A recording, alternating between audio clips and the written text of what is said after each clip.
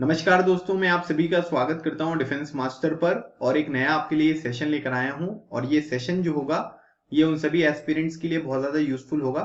जो कि अपने अपकमिंग एनडीए और सीडीएस एग्जामिनेशन के लिए यहाँ पर प्रिपरेशन कर रहे हैं। इस सेशन के थ्रू मैं आपको ये बताना चाहूंगा कि जो अभी रिमेनिंग डेज हैं आपके पास, इसमें क्या क्या चीजें आपको किस तरीके से कवर करनी चाहिए, कौन कौन से क्वेश्चंस को किस तरीके से प्रिपेयर करना चाहिए, ताकि आप अपने अपकमिंग सीडीएस और एनडीए एग्जामिनेशन में बहुत अच्छी तरीके से प्रिपरेशन यहां पर करके उसको क्लियर कर सकें। सबसे इंपॉर्टेंट बात यहां पर यह है कि आपने इस YouTube जो वीडियो है इसके थंबनेल पर देखा होगा कि मैंने आपको बताया है कि मैं आपके साथ लास्ट 1 मंथ की जो स्ट्रेटेजी है वो यहाँ पर डिस्कस करने वाला हूँ, है ना। लेकिन अगर हम अपने एग्जामिनेशन का डेट देखें तो 14 नवंबर को एग्जामिनेशन होने वाला है, तो अभी एक महीने से टाइम जो है वो बहुत कम बचा है। तो अब हमको एक बात यहाँ पर ये समझनी है कि ये जो बचे हुए डेज हैं हमारे पास, इनको हम 1 मंथ की प्रिपरेशन स्ट्रेटेजी में किस तरीके से कन्वर्ट कर सकते हैं, वो चीज भी मैं आपके साथ यहाँ पर डिस्कस करूंगा। सबसे इंपॉर्टेंट बात यहाँ पर ये समझिए कि चाहे वो सीडीएस एग्जामिनेशन के लिए कोई एस्पिरेंट हो या एनडीए एग्जामिनेशन के लिए कोई एस्पिरेंट हो,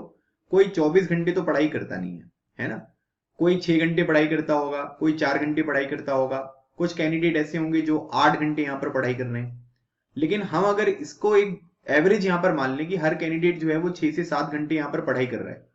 और अगर हम यहाँ पर आगे के जो कुछ अपकमिंग डेज यहाँ पर होने वाले हैं, जैसे क्या होता है कि संडे को कुछ लोग जो है वो प्रिपरेशन नहीं करते हैं, उनको ऐसा लगता है कि संडे जो है वो छुट्टी वाला दिन होता है, तो आप संडे वाले दिन को भी कवर कर लो और थोड़ा थोड़ा टाइम, एक एक दो दो घंटे जो है वो अपनी प्रिपरेशन स्ट्रेटेजी में अगर आप बढ़ा दोगे तो जो टाइम यहाँ पर निकल चुका है 1 मंथ में, वो चीजें भी आपकी यहाँ पर ऑटोमेटिकली जो है वो कवर हो जाएंगी, है ना। तो ये एक बहुत इंपॉर्टेंट पॉइंट है। इस बात को अगर आप ध्यान रखोगे तो जो आपका आगे वाले दिन यहाँ पर होने वाले हैं वो खुशहाली के साथ बीतेंगे और डेफिनेटली आप अपनी प्रिपरेशन को बहुत अच्छी तरीके से कवर कर पाओगे, ठीक है। तो ये बात आपको ध्यान रखनी है। सबसे इंपॉर्टेंट बात यहाँ पर यह है कि मैं सीडीएस एग्जामिनेशन के लिए और एनडीए एग्जामिनेशन के लिए सेपरेट स्ट्रेटेजी यहाँ पर डिस्कस नहीं करूंगा, है ना, क्योंकि दोनों एग्जामिनेशन यूपीएससी के द्वारा कंडक्ट किए जाते हैं। दोनों एग्जामिनेशन का लेवल अगर हम देखेंगे तो ऑलमोस्ट इक्वल आपको यहाँ पर लेवल देखने को मिलेगा। मैथ्स का लेवल जो है वो अलग होता है क्योंकि सिलेबस ही टोटल डिफरेंट है। बाकी इंग्लिश का देखोगे, जनरल नॉलेज का देखोगे, तो वो दोनों चीजें क्या है कि ये सेम लेवल की यहाँ पर आपको देखने को मिलती हैं। तो अब जो बचा हुआ टाइम हमारे पास है ना, इस बचे हुए टाइम में हम कैसे अपनी प्रिपरेशन को यहाँ पर शेप दें ताकि हम ज्यादा से ज्यादा चीजों को यहाँ पर कवर कर सकें, ठीक है। तो मैं आपको कुछ पॉइंट्स यहाँ पर बताना चाहूंगा। उन पॉइंट्स को अगर आपने ध्यान रख लिया, उन चीजों को अगर आपने समझ लिया, तो आपके आगे वाले दिन में आप बहुत सारी चीजों को यहाँ पर सीख पाएंगे। सबसे इंपॉर्टेंट बात, जो सबसे मोस्ट इंपॉर्टेंट पॉइंट है, वो ये है कि इस टाइम पर आपको कोई नई चीज पढ़ने की यहाँ पर आवश्यकता नहीं है ना। और ये जो पर्टिकुलर स्टेटमेंट मैंने यहाँ पर दिया,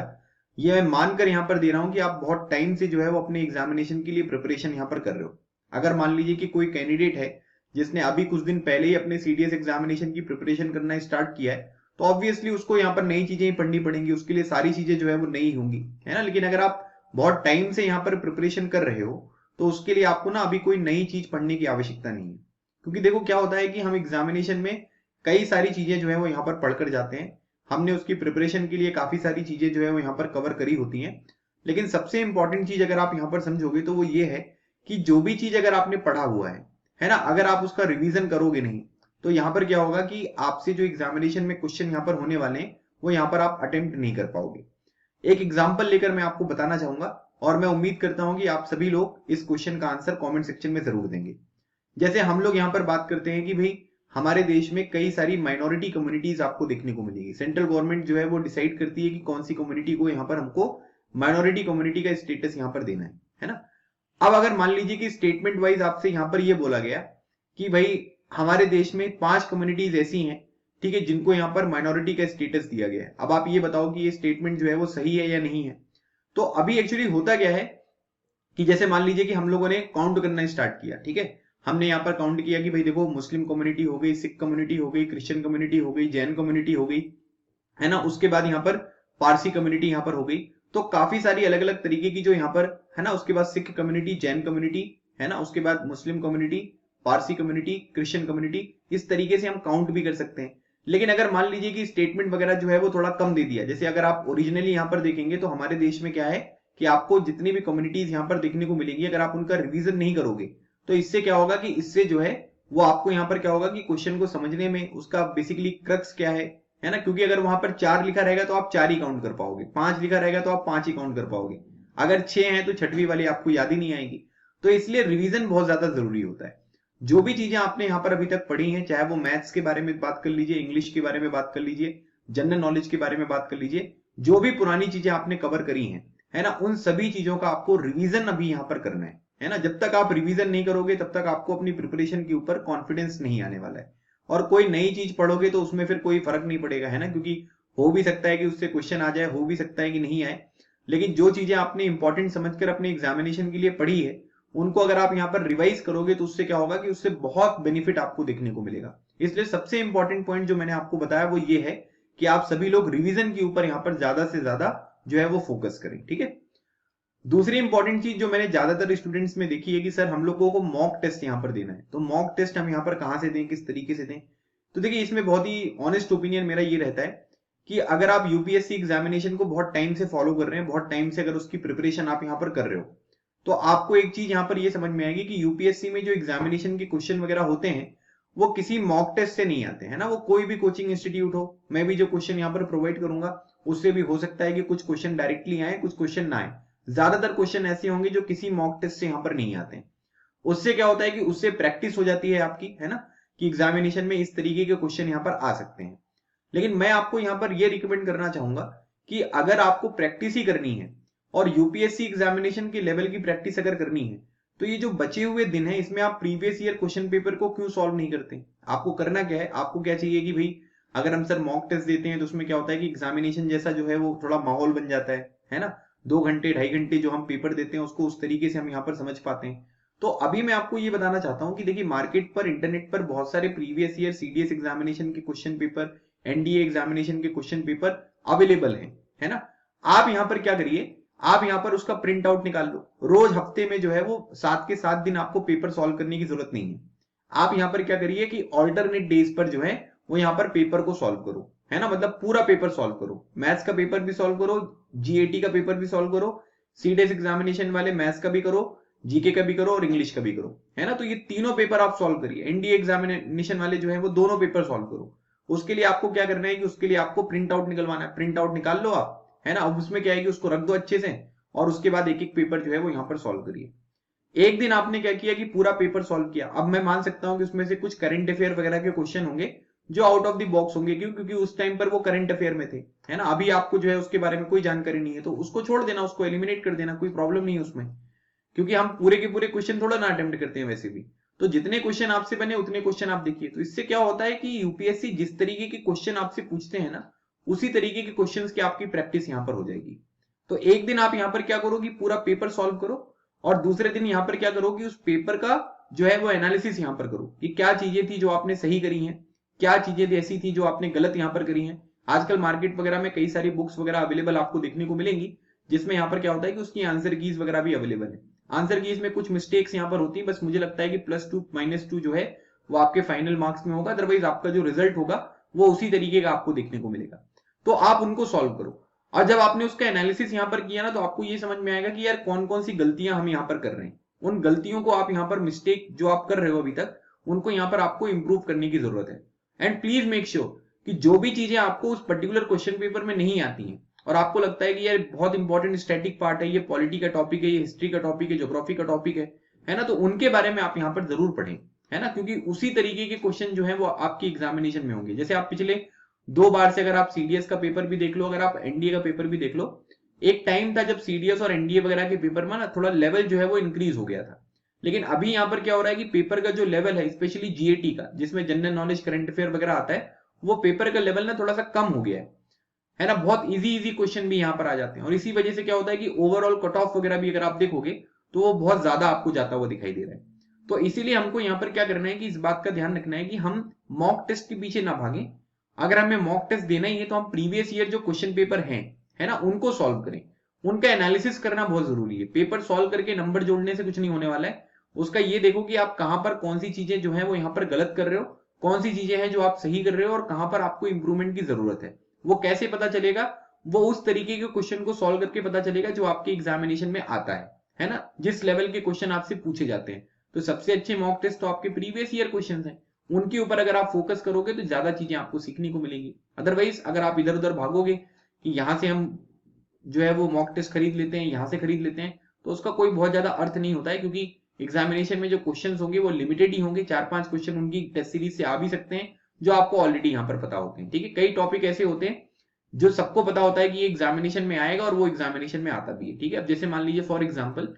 जब यहाँ पर क्वाड की ग्रुपिंग हुई थी, है ना, तब ये बहुत ही एक्सपेक्टेड था कि यूपीएससी इससे रिलेटेड एक क्वेश्चन जरूर पूछेंगे। तो उन्होंने यही पूछ लिया कि भाई इसमें से क्वाड का मेंबर कौन सी कंट्री नहीं है, तो फ्रांस उसका मेंबर नहीं था। तो वो सबको पता होता है कि ये आने वाला है, तो वो सब चीजें वैसे कवर हो जाती हैं। तो मॉक टेस्ट के लिए आप प्रीवियस ईयर जो क्वेश्चन पेपर है उनको आप यहाँ पर सॉल्व करिए। ठीक है, तीसरी इंपॉर्टेंट चीज यहाँ पर ये है कि कई लोगों का यहाँ पर ये डाउट आता है कि सर हमने बस इतना पढ़ा हुआ है, हमने करंट अफेयर पढ़ लिया है, हमने पॉलिटी पढ़ लिया है, हमने ज्योग्राफी पढ़ लिया है थोड़ा बहुत, है ना, और हमने जो है वो अलग अलग सब्जेक्ट जैसे आप हिस्ट्री वगैरह भी यहाँ पर देख सकते हैं, ये सब चीजें प्रिपेयर करी हैं, साइंस हमने प्रिपेयर कर लिया है, हमारा एग्जामिनेशन हो जाएगा या नहीं हो जाएगा। देखो हमारे दिमाग में एक माइंडसेट ये फिट होना चाहिए कि एग्जामिनेशन में कुछ भी आए, है ना, हमको वो आता है या नहीं आता है ये बात दूसरी होती है, लेकिन आपको जितनी इंफॉर्मेशन है, जितनी नॉलेज है, आपको पेपर तो उतने में क्लियर करना है ना। अब जैसे क्या होता है कि कई सारे स्टूडेंट जो है वो हिस्ट्री वगैरह के क्वेश्चन में बहुत ज्यादा टाइम स्पेंड करते हैं, है ना, मतलब हिस्ट्री वगैरह की प्रिपरेशन बहुत ज्यादा करते हैं, आर्ट एंड कल्चर के ऊपर बहुत ज्यादा फोकस करते हैं, और एग्जामिनेशन में क्वेश्चन अगर आप देखोगे ना तो वो एकदम आउट ऑफ द बॉक्स ही आ जाता है। कभी कभी तो बहुत सिंपल आएगा तो वो तो कर लोगे, सभी लोग कर लेते हैं, लेकिन ज्यादातर क्वेश्चन अगर आप हिस्ट्री वगैरह में देखोगे ना तो वो एकदम बाहर से ही रहेगा कि ये क्या था, ये तो हमने कभी पढ़ा नहीं है। और एग्जामिनेशन का सिलेबस इतना ज्यादा है और यूपीएससी का स्टैंडर्ड इतना ज्यादा है कि अगर हम उसको मीट करने जाएंगे ना तो हमारे बाकी की जो सब्जेक्ट है वो यहां पर छूट जाएंगे। तो अभी जितना प्रिपरेशन आपने कर लिया है उतने टॉपिक के बेसिस पे ही आपका एग्जामिनेशन में जो सिलेक्शन है वो यहां पर कराना है। और कभी भी याद रख लेना, कई सारे टॉपिक्स ऐसे होते हैं, जैसे इलेक्शन कमीशन ऑफ इंडिया जो है वो न्यूज में था, है ना, तो अभी यहां पर क्या है कि वेस्ट बंगाल में इलेक्शन हुए, काफी जगह पर इलेक्शन आपको देखने को मिले, बाईपोल वगैरह भी यहां पर हुए। तो अब क्वेश्चन ये बन जाएगा कि भाई इलेक्शन कमीशन ऑफ इंडिया से रिलेटेड यहाँ पर कुछ स्टेटमेंट दिए गए, इनमें से बताओ कौन सा सही है कौन सा गलत है। तो अब ये क्या है, ये स्टैटिक टॉपिक है जो कि आपने इंडियन पॉलिटी में जो है वो पढ़ा हुआ है। तो हमें मेक श्योर ये करना पड़ेगा कि भाई इस क्वेश्चन को अब हम यहाँ पर सही करें, है ना, क्योंकि अगर आपने पढ़ा है और अगर आपने रिवीजन नहीं किया ना तो आपको चीजें याद नहीं आएंगी। अब जैसे फॉर एग्जाम्पल मान लीजिए कि उसमें एक स्टेटमेंट ये दे दिया गया कि इलेक्शन कमीशन को मल्टी मेंबर बॉडी जो है वो 1979 में बनाया गया, है ना, तो अगर आपने रिवीजन नहीं किया होगा ना तो 79 और 89 में आप कंफ्यूज हो जाओगे कि वो 79 था कि 89 था। और ऑप्शन को भी इसी तरीके से मैनेज किया जाएगा कि आप इस बात पर जो है वो यहाँ पर कंफ्यूज हो, तो उससे फिर क्वेश्चन जो होता है वो यहाँ पर क्या होता है कि गलत हो जाता है। इसीलिए जितनी पढ़ाई आपने करी है उतनी पढ़ाई पर आपको पेपर क्लियर करना है। और सबसे इंपॉर्टेंट चीज जो होती है वो ये होती है कि हमें एक चीज ये ध्यान रखनी है कि जो बाकी हमारे एस्पिरेंट हैं वो जो क्वेश्चन यहाँ पर सही करेंगे वो क्वेश्चन आप गलत ना करो, है ना। किसी भी एग्जामिनेशन को क्लियर करने का, कट ऑफ को क्लियर करने का सबसे अच्छा तरीका ये होता है कि जो एस्पिरेंट बाकी के क्वेश्चंस को सही करेंगे अगर वो आपके गलत हो जाएंगे ना तो आप ये समझ लो कि आप रेस से बाहर हो जाओगे। इसलिए कभी भी याद रखना है कि जब भी आप क्वेश्चन वगैरह पेपर को सॉल्व करोगे, है ना, तो उसमें ये ध्यान रखना है कि आप बहुत ही सतर्कता से आपको उन क्वेश्चंस को मार्क करना है, उन क्वेश्चंस को पढ़ना है, उसमें करेक्ट स्टेटमेंट पूछा गया है, नॉट करेक्ट स्टेटमेंट पूछा गया है, इन सब चीजों को अच्छी तरीके से ध्यान रखिएगा, है ना, नहीं तो छोटी छोटी गलतियां हो जाएंगी, फिर आप बबल फिल कर दोगे तो उससे फिर आपका नुकसान यहां पर हो जाएगा। तो आपको यहां पर यह ध्यान रखना है कि अपनी प्रिपरेशन के ऊपर आपको ट्रस्ट रखना है और जो भी चीजें आपने पढ़ी है, जैसे बायोलॉजी वगैरह आप देखिए, क्योंकि बायोलॉजी के क्वेश्चन सबसे ज्यादा आते ही हैं, 15-20 क्वेश्चन जो है वो आपके साइंस सेगमेंट से आएंगे ही। तो आप यहां पर क्या कर सकते हैं कि जो भी चीजें आपने पढ़ी है उनको रिवाइज कर लो आप, और रिवीजन करने के बाद जो है वो उनके क्वेश्चंस वगैरह लगा दो, और कुछ नई चीजें अगर आपको पता चलती हैं तो उनको जो है वो आप यहां पर समझ सकते हैं। अब जैसे इंग्लिश वगैरह में भी अगर आप देखोगे ना तो इंग्लिश वगैरह के लिए सबसे अच्छा तरीका होता है इस टाइम पर जो आपने ग्रामर्स के रूल पढ़े हुए हैं उनमें जो एक्सेप्शन आपने पढ़ा हुआ है ना, जिसमें लगता है कि इसमें कुछ अलग तरीके के होंगे, जैसे यहाँ पर कुछ फिक्स्ड प्रीपोजिशंस वगैरह होती हैं, है ना, उनसे जो क्वेश्चन है वो एग्जामिनेशन में बहुत बनता है। और साथ ही साथ ये बिल्कुल सही समय है वोकेबुलरी को याद करने का। जो भी वोकैब वाले सेशंस होते हैं जहां से भी आपने प्रिपरेशन करी है, हमारे पास भी वोकेबुलरी के बहुत अच्छा कोर्स यहाँ पर अवेलेबल है,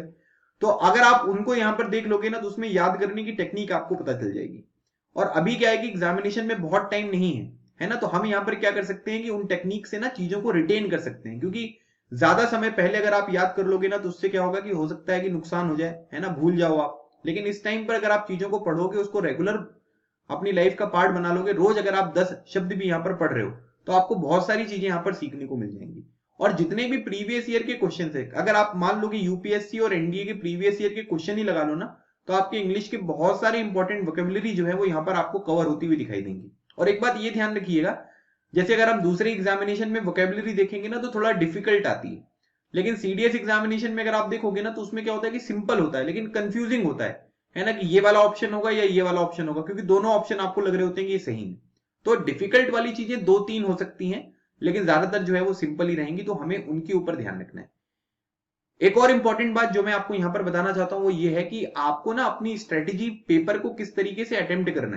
है ना, क्या तरीका होगा, कौन सी चीज आप पहले करोगे, कौन सी चीज आप यहां पर बाद में करोगे, इनके ऊपर ना आपको अभी से ही फोकस करना जरूरी है, और इनको अभी से ही अप्लाई करना भी बहुत आवश्यक है। मतलब ऐसा नहीं होना चाहिए कि आपने कोई स्ट्रेटेजी बनाई है और ये सोचा है कि मैं एग्जामिनेशन में ही डायरेक्टली इसको अप्लाई करूंगा, तो ऐसा नहीं होना चाहिए, क्योंकि हमें यहाँ पर क्या करना है कि हम सभी लोगों को उसको डेली बेसिस पे जो है वो प्रिपेयर करने की जरूरत है। क्योंकि जब अगर हम यहाँ पर उन चीजों को प्रिपेयर करेंगे ना, तभी हम यहाँ पर कह सकते हैं कि एग्जामिनेशन में भी हमको उसी तरीके से वो अप्लाई होता हुआ दिखाई देगा। तो जो भी चीजें आपने फाइनल करी है कि भाई अगर आप मैथ्स का पेपर लोगे तो उसमें क्या करोगे, मैथ्स का पेपर लेते टाइम है ना, जब आप पेपर को सॉल्व करोगे तो पहला क्वेश्चन वो करो जिस टॉपिक को आपने सबसे अच्छा प्रिपेयर किया हुआ है। ये नहीं करना है कि पहला क्वेश्चन कुछ भी आ जाए हम उसी को सॉल्व करेंगे या लाइन से सॉल्व करेंगे। पहला क्वेश्चन हमेशा हमें वो सॉल्व करना होता है जिसको कर हम सॉल्व करते हैं और हमारा कॉन्फिडेंस जो है वो यहाँ पर बढ़ता हुआ दिखाई देता है। ठीक है, जीतू भैया भी यही बात बोलते हैं है ना, कि पेपर में पहला क्वेश्चन कुछ भी हो, ठीक है, हमें वो क्वेश्चन सॉल्व करना है जिस टॉपिक को हमने अच्छे से प्रिपेयर किया या जिस सब्जेक्ट को हमने जितनी अच्छे से प्रिपेयर किया वो करना है। तो उससे क्या होगा कि उससे कॉन्फिडेंस जो है ना वो आपका बिल्ड होता हुआ दिखाई देगा पेपर के दौरान, है ना। कभी भी जब भी आप पेपर को सॉल्व कर रहे हो, जब भी आप ये मॉक टेस्ट वगैरह भी दोगे, जब प्रीवियस ईयर क्वेश्चंस को सॉल्व करोगे, हमें हमेशा एक बात यहां पर ये ध्यान रखनी है कि हम अपने एग्जामिनेशन को इस तरीके से ना अटेम्प्ट करें, इस तरीके से उन क्वेश्चंस को अटेम्प्ट ना करें कि उसमें बहुत ज्यादा टाइम लगेगा, है ना। क्योंकि हमें यहाँ पर क्या करना है कि जब हम पहली बार पेपर को सॉल्व करो ना, जब मॉक टेस्ट में भी क्वेश्चन को सॉल्व कर रहे हो, तब भी हमें एक बात ये ध्यान रखनी है कि हम इस तरीके से सॉल्व करें कि पहले एक बार पूरा पेपर गो थ्रू हो जाए, है ना। मतलब कई लोगों को मैंने देखा है कि वो पूरे पेपर तक ही नहीं पहुंच पाते, स्पेशली सीडीएस की मैथ्स में और एनडीए की मैथ्स में। उसमें क्या होता है कि 120 क्वेश्चन जो है वो आएंगे आपके एनडीए की मैथ्स में और सीडीएस की मैथ्स में 100 क्वेश्चन आएंगे, आखिरी तक हम पहुंच ही नहीं पाते, है ना। और पता चलता है कि बीच में और स्टार्टिंग में थोड़ा डिफिकल्ट क्वेश्चन थे और आगे अगर आप जाओगे तो काफी आसान क्वेश्चन आपको मिलेंगे, तो वो चीजें यहाँ पर छूट जाती है। तो पेपर को गो थ्रू करना बहुत जरूरी है, कहां पर कौन से क्वेश्चन दिए हुए हैं, किस तरीके से यहाँ पर दिए हुए हैं, उनके ऊपर अगर हम थोड़ा सा ध्यान रखेंगे तो वो चीजें आपको यहाँ पर समझ में आएंगी। तो ये कुछ अप्रोच आपको रखनी है,